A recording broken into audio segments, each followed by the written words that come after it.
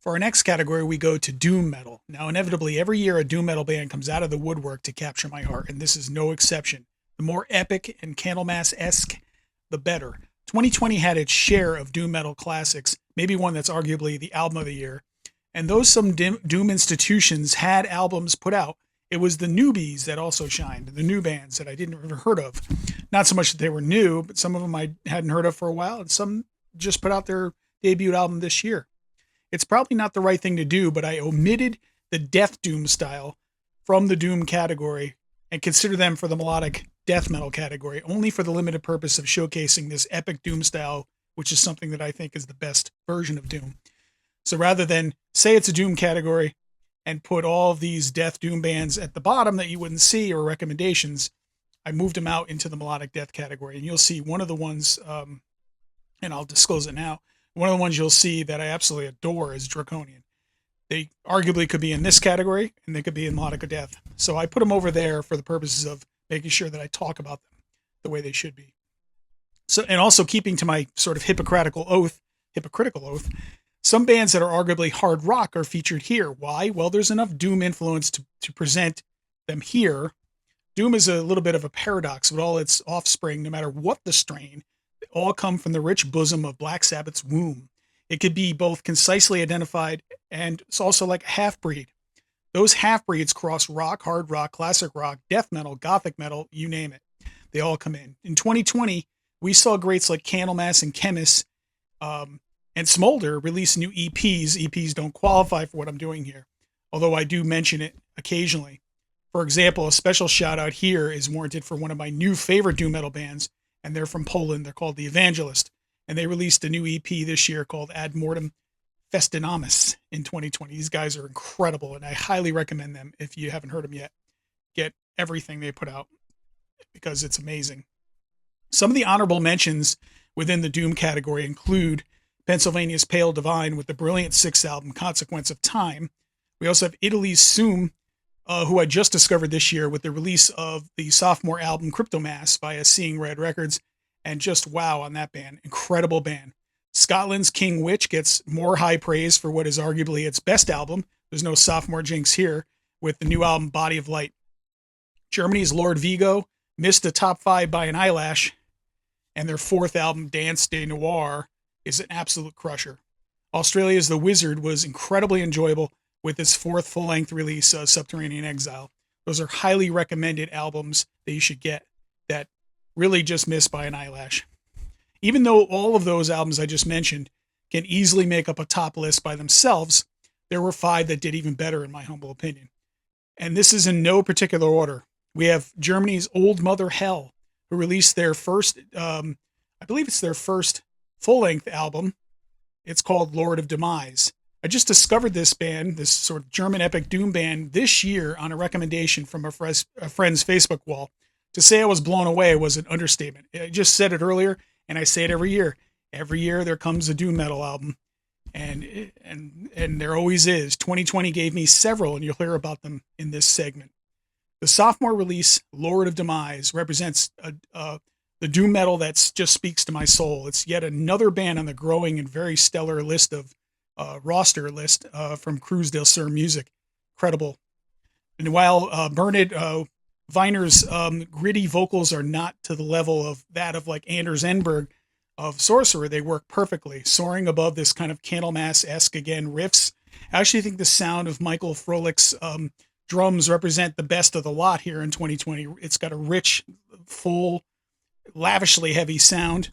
The pounding glory is best represented in songs like Estranged and Avenging Angel, and the mix of doom and traditional and even speed metal right out of the gate with the first song, Betrayal at Sea, gives Old Mother Hell a Grand Magus and Visigoth kind of edge.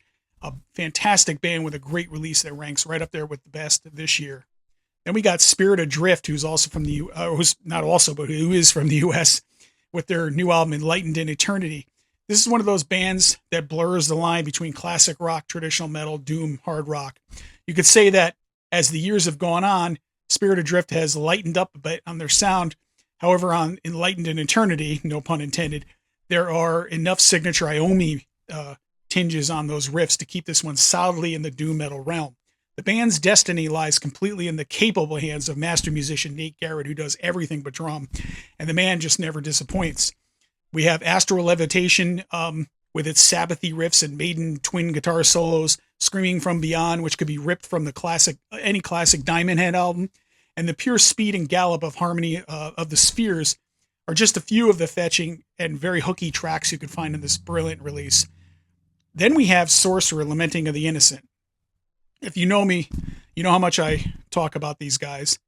They're incredible musicians, but I feel like I've been championing this band for decades. I mean, after discovering them when I found a CD in a shop in Waterbury, Connecticut called Phoenix Records of early demos back in 1997, just called Sorcerer, I was sort of heartbroken to discover at that point that they had disbanded by the time I found them. They reformed in 2010, and I just learned of the band's return when they were just about to release, or they released the first single for In the Shadow of the Inverted Cross. And I was so excited. They were reformed with a lineup that really is exceedingly better than ever, with one of the best guitar teams on the planet, Christian Neiman and Peter Hallgren, coming in and joining founders Johnny Hagel and Anders Engberg into the fold. Johnny would later hang up the bass not too long ago, his bass duties to Justin Biggs, who's a good friend of mine, who came into the band officially in 2019 as a member and played on his first album, Lamenting of the Innocent, which came out this year. Master drummer Richard Evanson came in 2017. So with this lineup intact, the band would evolve and add its blend of hard rock and doom, with doom always at the core. The convergence of the influences of all these talented members have led to one of the most unique displays of epic doom, on the planet.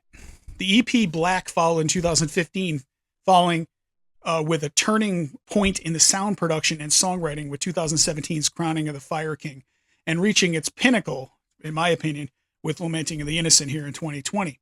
Right now, save for the mighty Candlemass and Country Mates Below and Italy's Crimson Dawn, stay tuned a little bit for that one. Sorcerer is the epitome of doom metal in the world, right, for me right now. They are the absolute perfection. Lamenting the Innocent is a sort of loose conceptual album surrounding the most common of doom metal lyrics, that is witches, and specifically the trials and subsequent burning of the witches. Hammer the Witches, the song, is the perfect metal song in terms of riffs and perfection, all elevated to the stratosphere with Anders' voice. Where Crowning of the Fire King brought back more of those hard rock influences, Lamenting actually cements the doom on all levels. When people ask me to describe doom metal, I just say, see Sorcerer. There are currently no band on the planet that matches the guitar team that is presented here on with Sorcerer. Peter and Christian have an incredible, memorable, singable song solos that I haven't really felt since sort of listening to Wolf Hoffman from Accept, who have that way I can identify that when they play, I can hear it, I know it's them, I can sing along with the solos, and I immediately remember them from almost the first time I hear them. That's a very rare category. The riffs are plenty on the album with Instatoris, Age of the Damned, but the song of the year, if I did do a song of the year list, would most undoubtedly be Condemned. This is Anders' crowning achievement, in my opinion. There's also a stunning duet ballad, Deliverance, which sees the pairing of both what I consider the most important voices of doom, and that's Anders and Johan of Candlemass. The album presents an hour of musical perfection. It just doesn't get any better, and I can't recommend this album more.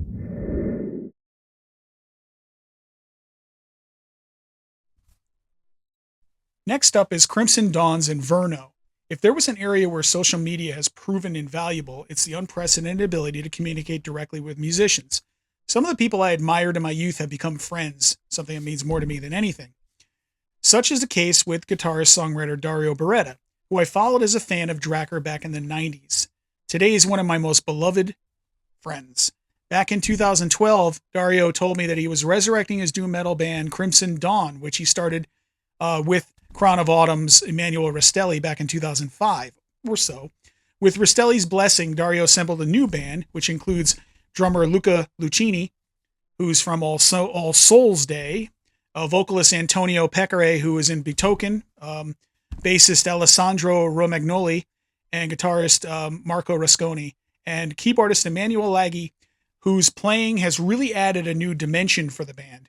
The first album for this revamped lineup was In Strange Eons in 2013, which was followed up by the EP At the Cemetery Gates in 2015, the second full-length album Chronicles of the Undead Hunter, or of an Undead Hunter, in 2017, and then now with the brilliant Inverno in 2020.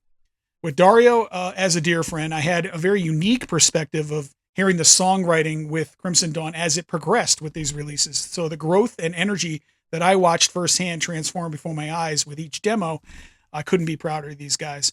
Like Sorcerer, Crimson Dawn brought everything back to a much doomier sound with Inverno, with longer and slower tracks, with even more rich and full sound. Italian Doom is very unique because it combines traditional neoclassical elements into the Doom sound, giving it that kind of rich, beautiful compositions without sacrificing any of the heaviness.